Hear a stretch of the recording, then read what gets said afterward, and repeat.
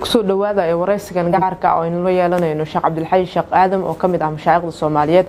wareysigan wuxuu ku saabsan yahay zakaatul fidriga Sheekh Cabdilxay Ramadaan mubaarak soo dhaw marka ugu horeysa marka xigta bal waxaad u sharaxdaa umada saa'imiinta ah maadaama xilliga zakaatul fidriga lagu sii socdo xilliga islaamku uu waajib yeelay ama uu jideeyay zakaatul fidriga بسم الله الرحمن الرحيم الحمد لله والصلاة والسلام على رسول الله sidoo kale شهر مبارك رمضان مبارك زكاة الفدرة زكاة جود أهان وسجود لو يرى الزكاة لكن فدرة سنة كي لبعض هجرية ده أيار الفرق يالي سيدات كسائمين تاع مركي أيصون كإدم ميستان زكاة الفدرة سبب حيان حكمة دلجة هنا أي تهاي إن قفك صائم كهوحي يعني كحماضي بشي رمضان كنحدة هذا أما هذا الحم وكهضلي أما وحيابها سواء كله أما وحلقة في عيني هاي ودنبيذا يرك اللي يراهدو إنه إلهي كغرافو dadka masaakiinta ah ee maalinkaas ciida in laga farxiyo loo baahan yahay in lagu siiyo marka sanadkii labaad ee hijriyada ayaa la faral yeelay waa tahay marka goorma ayaa la bixiyaa zakaatul fidriga sidee loo dhiibaa zakaatul fidriga waxa la bixiyaa horta waxay waajibtaa ramadaanka habeenka ugu dambeeya marka uu dhamaado bishii shawaal ama ciidana la arko habeenkaas ay zakadu ay waajibtaa bixinteeda inta salaada ciida aan soo tukanin ayaa la bixiyaa waxaase banaan maadaama yani zakaatul fidrigu uu yahay kaalmeyn la kaalmeynayo dadka danyarta ah ay u baahan yihiin in ay yani farxadda ciida ay ka qayb qaataan ramadaanka dhexdiisa waa la sii bixin karaa si ay dadku ugu diyaar garoobaan oo zakaatul fidrigi la siiyey ay waxyaabaha baahidooda ah ay ugu qabsadaan laakiin xilliga wujuubka ama ay waajibtana waa xilliga ayna dhaafi karinna waa inta salaada ciida aan la tukanin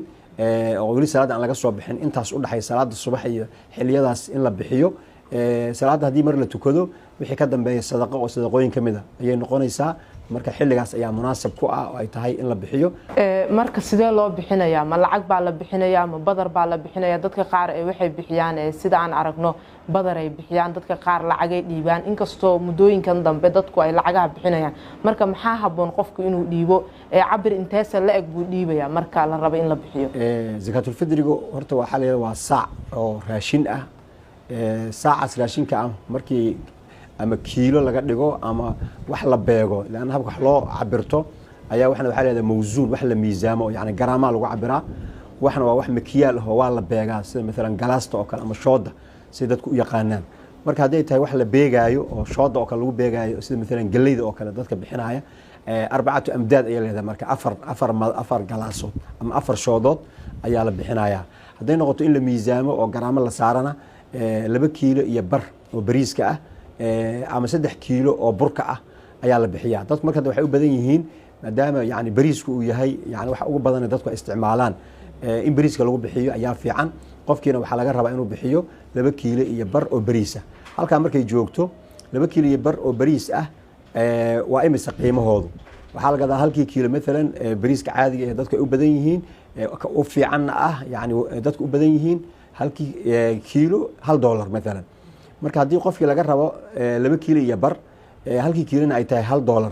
macnaheedu qofkii waxa laga rabaa 2 kiilo iyo bar laga rabay $2 iyo bar oo qiimihii bariiska ah dadka marka halkaas waxa laga yaabaa inay muran ka keenaan oo yani waxan la bixiyay ma bariiskiiba mise waa lacag hadii si loo yiraahdo waxa la bixiyay waa bariiski oo wuxuu bariiski ku yahay qofka wax bixinaya inuu asaga dukaanka intuu tago $2 iyo bar qaato uu soo kiilaysto mesela 2 kiilo iyo bar oo bac loogu soo shubo oo uu soo qaado oo qofkii uu farta ka saaro iyo meesha asagoo ka soo gadi lahaa qofka waxa dhici karta inay kala fog yihiin oo isna uu meel joogo mesela Madiino midna uu joogo Hodan ama Yaaqshiid ama degmooyin kala duwan ama goboladaba yani oo isgaarsiintii uu gaarsiin lahaa labadaas kiilo iyo barka bariiska inay culays ay ku noqoto marka inuu asagoo u diro lacagtii uu qofkaasi la siiyay asagoo uu gato marka waxa la isku waxay tahay qofkan zakada bixinaya ma asaga u gadaayo qofkii mise qofkii inuu asagoo gato ayaa fursad loo siinaya marka waa isku mid haduu asaga u gado iyo haduu ka kala gato Soomaaliya ku maamahan geelna waa geel wixii gooyana waa geel macna bariisna waa bariis wixii bariiska gooyo qofku ku gadan karana waa bariis midda kale xigmada yani loo jideeyay zakaatul fidriga waa in dadka masaakiinta maalinkaasi baahidooda waxa buuxinaya in la awdo oo laga farx geliyo waxaa dhici karta xilliyada la bixinayo dadku inay kala duwan yihiin xilli in raashinka aad loogu baahan yahay oo abaaro ay jiraan oo dadku yani raashin ahaan ay u baahan yihiin xilli waxaa jira raashinkii uu yaallo laakiin dadka baahidooda ay tahay inay lacag helaan si lacagtaasi ay u kala qaybsadaan oo baahiyooyin kala duwan ay ugu dabooshaan marka xigmadda loo jeedayna waxay ahayd nabiga sal slam uu sheegay su-aasha dadka masaakiinta maalinkaa in laga deeqo waxaa isweydiina marka maxaa masaakiinta u dan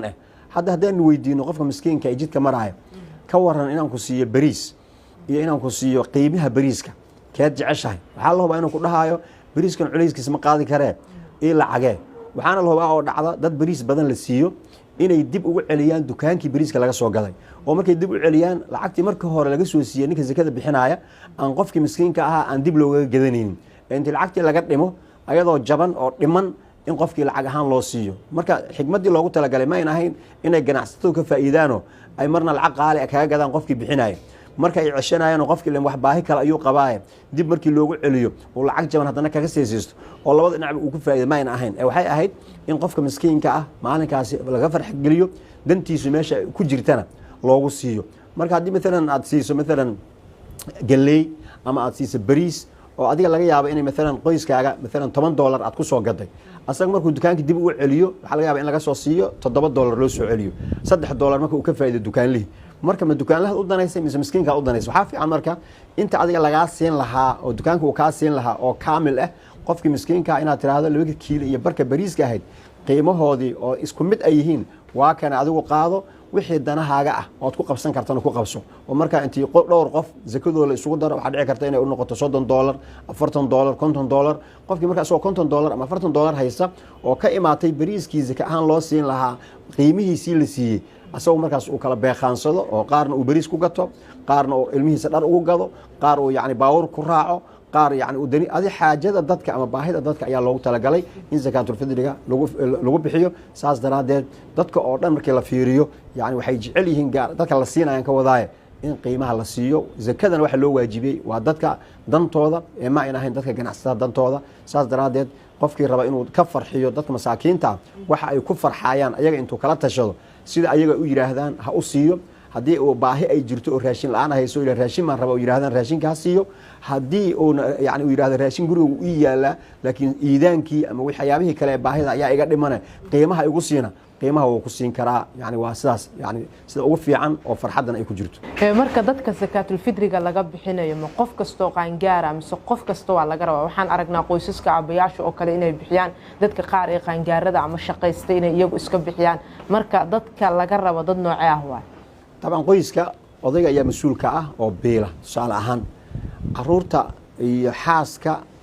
iyo aabihii iyo hooyadii asagaa laga rabaa inuu bixiyo haddii caruurta ay qaangaareen labaa loo kala qaadaya haddii ay qaangaarkaasi dad ka baxay qoyska oo shaqaysta oo ayaga isku filan ay yihiin qaangaareenna aabihii kuma qasbano inuu ka bixiyo maxaa yeele ayaga ayaaba qaangaara ayagaa iska bixinaya laakiin qofki waxaa dhici karta soo qaangaaray weli inuu kaalmadii aabbaha usii baahan yahay oosan weli qoyskii uuna ka maarmin oo ma shaqeeyo